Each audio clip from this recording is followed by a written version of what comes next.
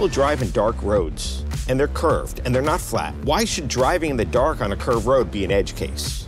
The huge amount of data will handle those edge cases probably even better than what we are doing today. Most people might think this is just a linear progress and development, and this is not the case. In Germany, there's roughly 3,000 road traffic fatalities caused by human drivers every year. Imagine we can now develop a technology that is 100 times better.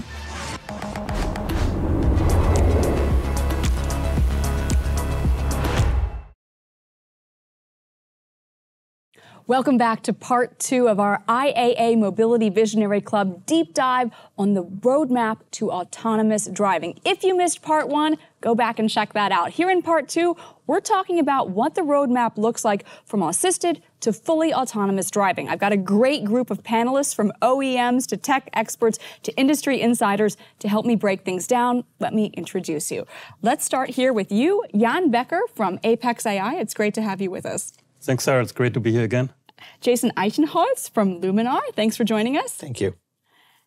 Werner Engl from ZF Group. We're pleased to have you. Welcome. Glad to be here. And we are also joined by George Massing. He's joining us remotely from Mercedes. George, welcome.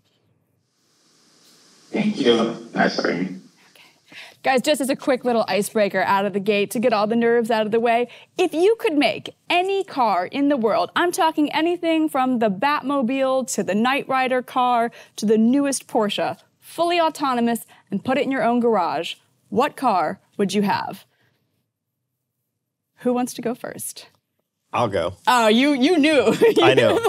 I want the flying, time-traveling DeLorean from Back to the Future. The DeLorean. That's going to be a hard one to beat. Okay, Jan, what about you? So I definitely still want to drive my Porsche myself. Okay. So not the Porsche, All right. but yes, a time-traveling, self-driving car, that would be awesome. Time travel. Okay, wow, the demands are just getting up and up and up. DeLorean, time travel. Werner, how about you? What are you wanting? Something more crazy. I would love to have an autonomous motorbike. And doing a racetrack in a way I just see with the pros, which I never can do. Autonomous motorbike. That had not even crossed my mind. George, are you going to say Mercedes or are you going to surprise us? Of course, I'm still with the star, but it should be a luxury one, and it should be something that I drive when I want to drive, or I get driven when I'm tired. Okay, so you want the choice. I think that's relatable. You want to have a choice. That's fair enough. Okay, guys, let's get into luxury. Choice is luxury. You tell me. Let's get into the roadmap of what this is exactly going to look like. Level 3 autonomous cars are becoming commercially available. We're seeing Level 4 pilot projects, although with limited ODD. How do we reach ubiquity of Level 4? What needs to happen? Don't all go at once. Yeah, the step from Level 3 to Level 4 is fundamental. Yeah, and if you think about this, L1, L2, L3, most people might think this is just a linear progress and development, and this is not the case. The main distinguishing point is with Level 4, you don't have a driver anymore on board. And I'm not talking about a safety steward, safety driver in experimental or testing phase. This is, of course, accepted. But the real business case needs to take the driver out. And this means a lot to the vehicle in terms of validation, in terms of reliability, in terms of redundancy, from the sensor sets to the software architecture, down to the acting components like steering and braking. And this makes it so challenging because in an ADAS system, assisted driving, as we called it up to Level 3, the safety device on board is the driver. And this is not the case anymore with Level 4. And this is the reason why we are, of course, using components and using experiences and technologies from Level 2, Level 3, also in Level 4. But the setup of such a development is really different. Let's talk about those ADAS systems, Level 1, Level 2. What relevance does further development of those systems have for OEMs in terms of safety? Well, I think the OEMs are really challenged in their performance for these ADAS systems. They don't work very well. In the US, the AAA had a study that basically said all these ADAS systems had some sort of problem every 8 miles. So and consumers are actually turning these systems off because they don't perform very well or they have a lot of false positives. So the entire industry needs to look really hard about ADAS as much as autonomy.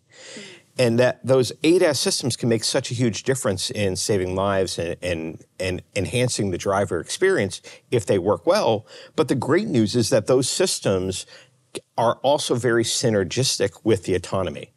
So if you have a very high performance autonomy system that unlocks the level 4 driver out of the loop, over time, as we start going through these edge cases and having software solutions with the right hardware, we can open up the operational domain. But at the exact same time, we can use those sensors to provide a proactive safety environment and sort of a cocoon around the car. Think of it as an innovation as innovative and important as 3-point seatbelts.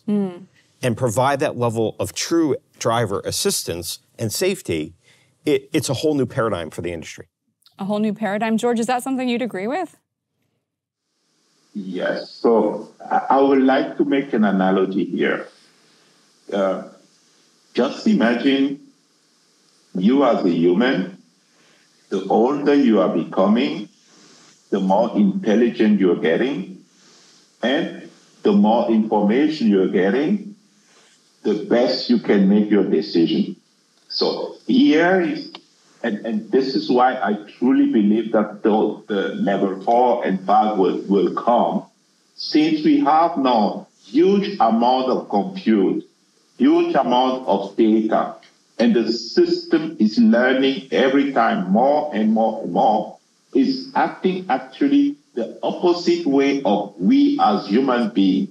We as human beings, the elder we are becoming, so the less we are getting, sometimes we miss some stuff, so Alzheimer can come also in. But now, knowing my car, have grown with my car, and having my car even knowing me better, even knowing my way of driving, even knowing how the whole environment is getting. So imagine you can just get into your car and ask your car to bring you to your doctor appointment.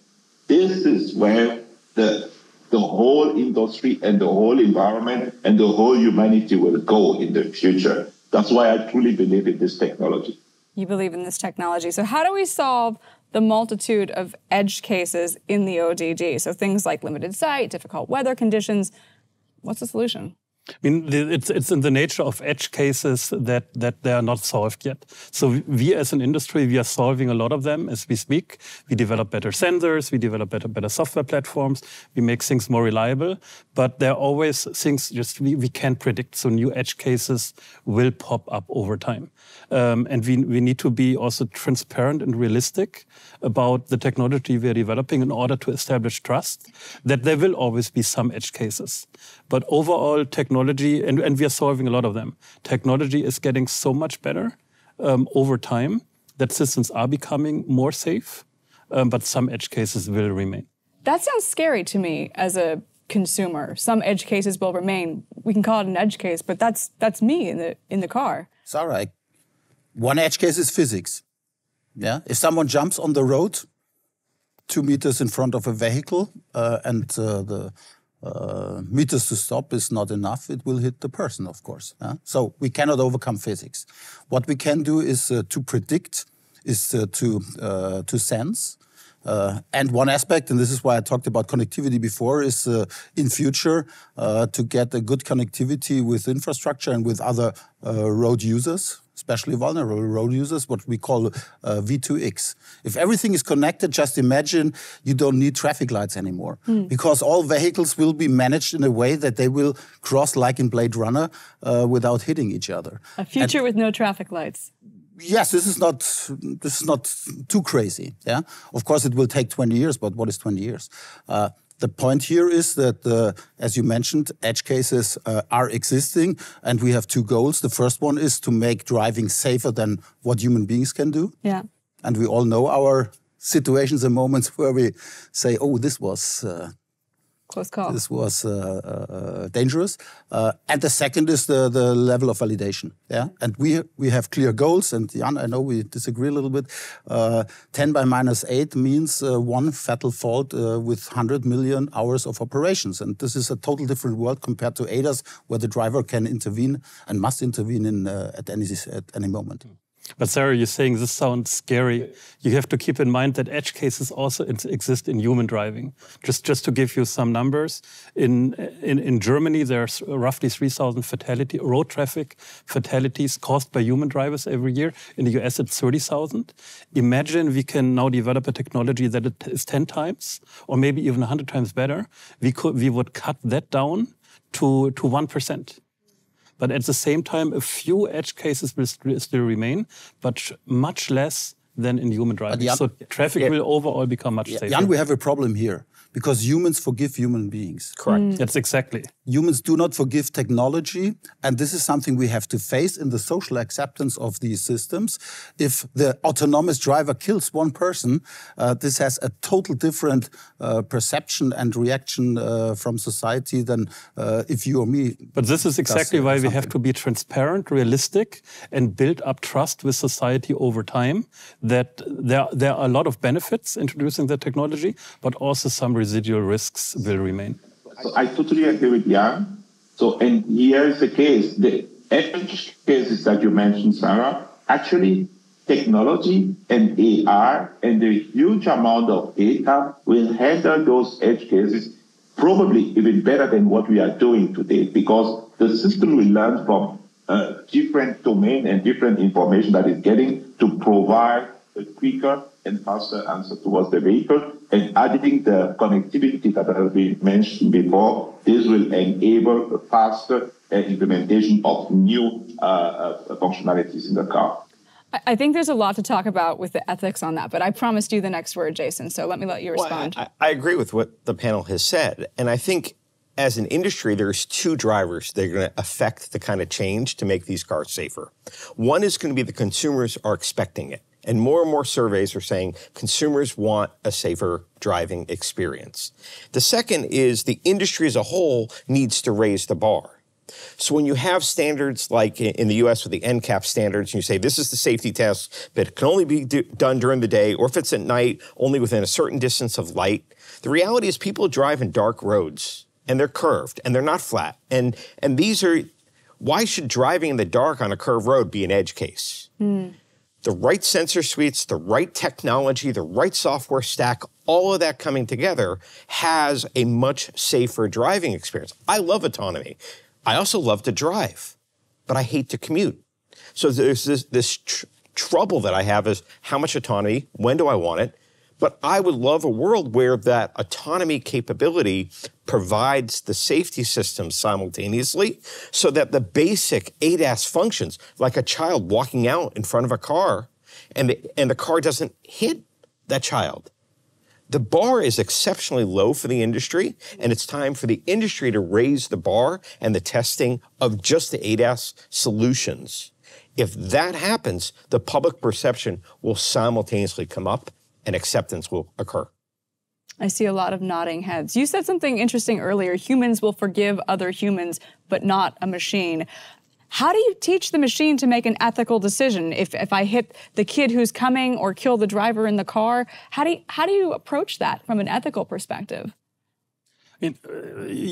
First of all, you don't put bias into AI. You need to make sure that the data you use to train your AI is really as unbiased as possible. You don't teach AI to make a decision based on certain characteristics.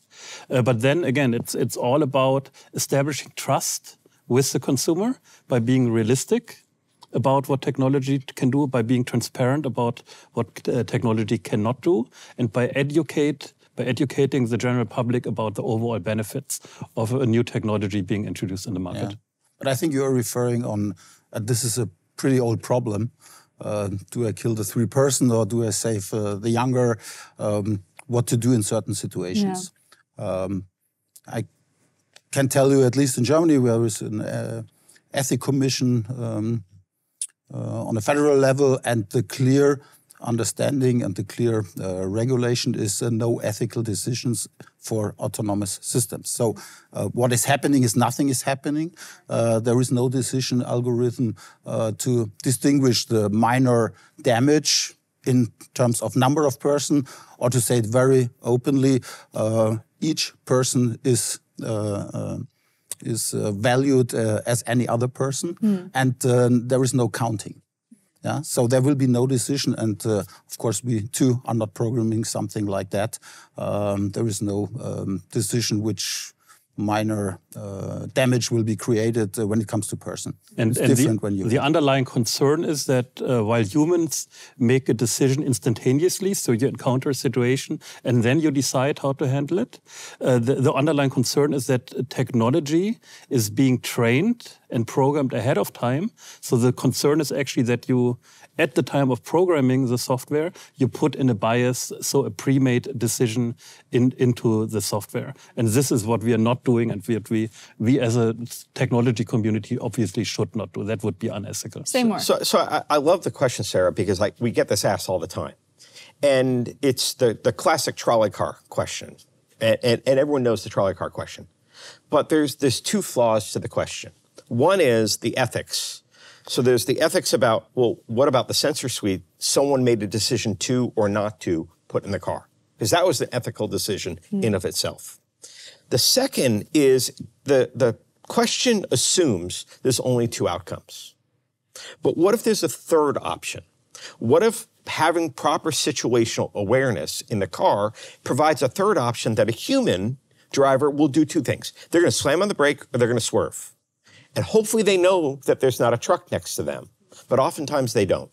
But what if the car had that 7 seconds ahead to see the object on the road, gave the car time to decelerate with situational awareness and then move to the left lane or the right lane to avoid the obstacle? That active communication with the environment in the car, around the surroundings, provides a third option that saves lives. What are the ethics of not putting that in a vehicle? So you're saying the decision to install the sensors is the ethical decision in the first place? I think it's one of many, but yes. The decision that a human makes to pick up a phone and look or text while driving is an ethical decision. All of that should be considered rather than just the hypothetical trolley car, because that's what's slowing down the regulations. The fact is, last year, accidents and deaths from accidents went up, not down. Yet we put all these ADAS systems inside cars. We need to think differently. Yeah. Also that's a very interesting point, and I'll tell you why. Because with this standpoint, you should make mandatory that each car is equipped with a full sensor set when a human being is driving. So even the cheapest car in the market has to have it because it potentially avoids something. And I also, as a passenger inside, needs protection. So why do we have small cars which potentially have a higher injury risk inside? I like the ethical aspect of what you said, but the material consequences and the economic consequences could be huge. And I think this is maybe a reason why this is not put in force until today. But we can solve this with the development of autonomous systems, because one thing I fully support, the system will be better than the average human being and will be more aware, and there is no tired, the system is not tired Friday evening or Monday morning, and it will see and sense much better than the human being. Do we all agree with that? Mm-hmm. So we're coming to the end now. George, I want to let you start us off as we come to the end of this discussion. I've got a fill-in-the-blank question for you all to complete. And the question is, autonomous driving will play a major role in the future of people transportation because. And tell us your view on this. Because it's safer, it gives back time to the customers, and it will get more and more and more reliable. More and more reliable. Jan? George is right. This enables us, because it enables us to have a technology that can ultimately prevent cars from crashing. Jason? I think I'm going to call it the hundreds. We have something at Luminar we call the 300s. Over the next 100 years, we're going to save 100 million lives and bring back 100 trillion hours to people. That time and those lives are going to make a huge difference in the world. And if we can take that and make autonomy safer, give people their time back, it's going to be a great world. Time back sounds good to me. Werner? What's your view? Yeah, on I this? believe in the success because the virtual driver solves an imminent problem of commercial vehicles, buses, trucks, which is the lack of drivers. This is a problem in the US, in Europe, everywhere.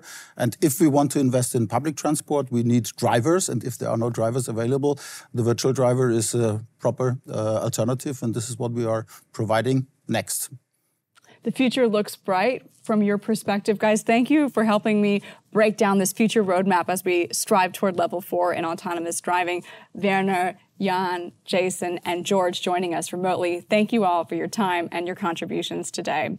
If you enjoyed part 2 of our roadmap, I'd encourage you to go back and watch part 1 of our technology roadmap on autonomous driving and check out the other episodes of the IAA Mobility Visionary Club. It's been a pleasure having you with us, and I hope to see you soon.